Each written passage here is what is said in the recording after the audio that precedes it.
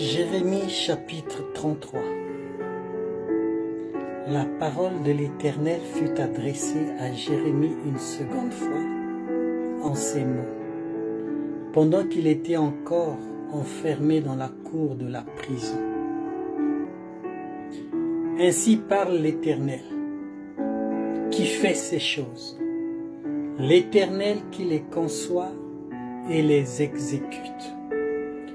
Lui dont le nom est l'Éternel.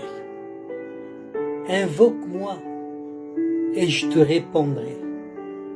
Je t'annoncerai de grandes choses, des choses cachées que tu ne connais pas. Amen. Les choses cachées sont à l'Éternel, mais celles qui sont révélées sont à ses enfants. Voilà pourquoi dans Jérémie, il est prêt à nous annoncer des choses cachées, des choses que nous ne connaissons pas. Parce qu'il a dit à Pierre, Pierre, c'est pas la chair et le sang qui t'a donné cette révélation de qui est le Christ, mais c'est mon Père dans le ciel. Lorsque Pierre avait répondu, tu es le Christ, le Fils du Dieu vivant. La chair et le sang, la connaissance ou l'intelligence de l'homme ne peut rien ajouter à la révélation parfaite que Christ donne à son enfant comme chose secrète révélée, qui est une révélation personnelle.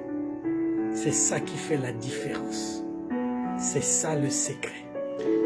J'ai aimé lire cette écriture de Jérémie 33 parce que cette écriture nous exhorte d'invoquer l'Éternel. Il s'est d'abord présenté lui-même que c'est moi, mon nom c'est l'Éternel. Invoque-moi, je te répondrai. Donc lorsque on arrive dans des moments sombres de notre vie, invoquez l'Éternel. Lorsqu'on traverse des situations difficiles, invoque-moi, je te répondrai. Lorsque la lumière est sur le point de s'éteindre et que tout ton être est en train de se plaindre, invoque-moi, je te répondrai. Lorsque ton cœur te condamne, que la lourdeur du péché t'accable et que les situations, les choses ne semblent pas marcher, invoque-moi, je te répondrai.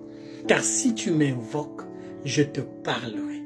Je te dirai combien je t'aime. Et je te dirai même plus des choses que tu ne connais pas, qui sont des choses dans mon plan parfait, parce que la volonté de Dieu est un mystère. Et il y a des choses dans le plan de Dieu que tu ignores. Mais lorsque tu les invoques, il te les révèle. Il te fait savoir combien il t'aime, combien tu es parfaitement ajusté dans son plan parfait. Et tu entendras le doux murmure de sa voix au fond de ton cœur, rassurer et guider chacun de tes pas sur les décisions que tu dois prendre. Invoque-moi, je te répondrai. J'ouvrirai tes yeux sur des perspectives nouvelles et tu verras à nouveau combien ta vie est belle lorsque tu te confies à moi.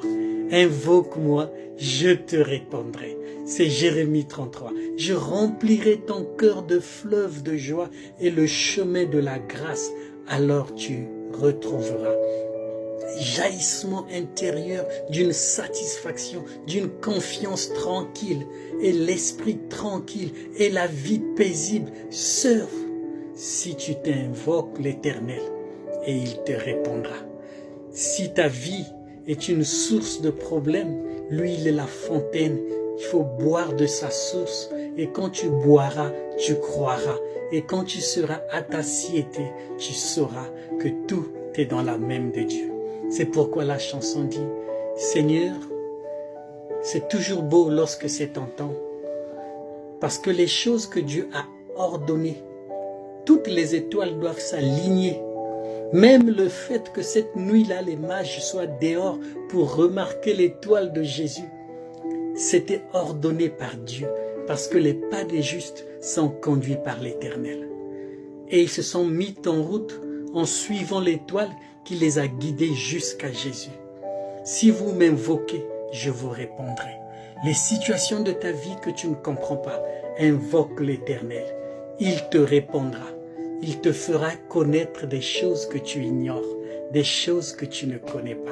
Et lorsque tu auras reçu ce secret, cette révélation profonde, alors tu te tiendras debout sur le rocher. Que Dieu vous bénisse richement. Amen.